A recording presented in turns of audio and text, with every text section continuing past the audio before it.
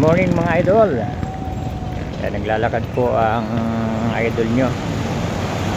Galing po ako sa kapilya at ako ay may panata tuwing umaga. So ninais ko na maglakad muna dahil kulang na tayo sa exercise. Yung mga nakaraan na hindi pa nasisira yung ating service, sakay ng sakay, naobserbahan ko nakakalumpo rin pala mga idol. Yung hindi mo na nararanasan maglakad katulad nung dati, nakakalumpo at nakakahina sa katawan, kunting lakad, hingal. Pero ngayon nararamdaman ko mga idol na parang okay na. Kahit maglakad ako ng medyo malayo at magbuhat ako ng mabigat,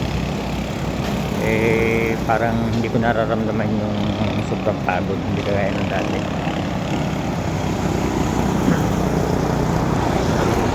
Salamat sa Diyos at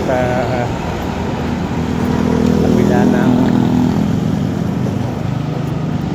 mga nangyayari sa ating kapaligiran, iba't bang mga sakuna at mga kalamidad, buhay pa rin naman tayo, binibigyan pa rin tayo.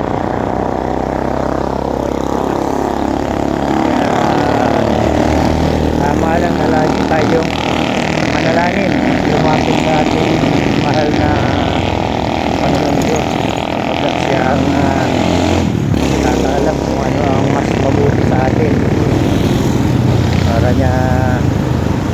para lagi niya tayong tulungan.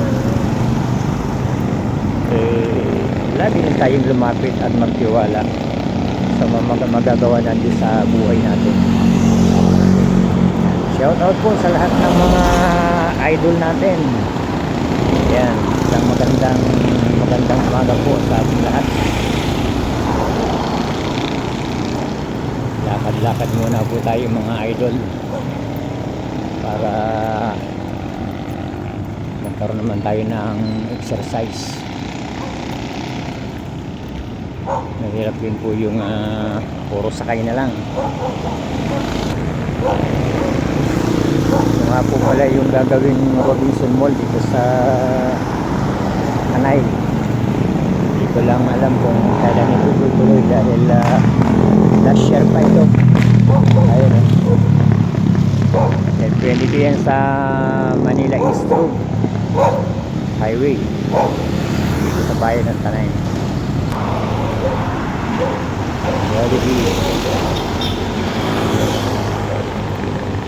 Drive through.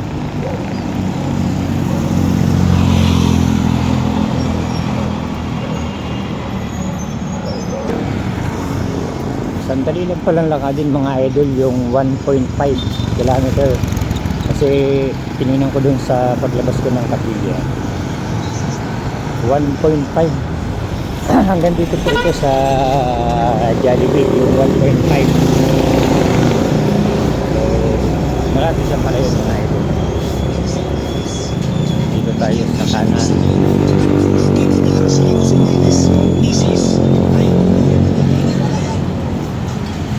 Ayan, may Paris tayo. Ayun, Paris mga idol. Good morning sir. Good morning po. Ito po yung papunta ng Sampaloc sa may Camp Kabinbin, Barangay Sampaloc. Ito naman po yung papunta ng Palengke. Ito po yung papunta ng Laguna, from Manila to Laguna.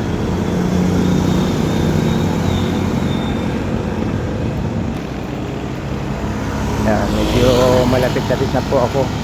Hanggang dyan lang po ako maglalakad sa may tower na yan. Yan, papasok na po ako dyan sa kaliwa. At dyan po ako tumutuloy sa kapatid ko. Yan, dyan po sa lugar na yan. Yan sa looban na yan. Yan po yung Sampatita.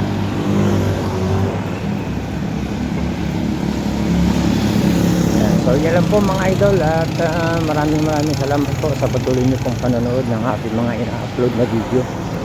sana po ay suportahan niyo pa po ako sa ating mga ini-upload. At palagi po tayo mag-iingat mga idol. Maraming salamat po. God bless.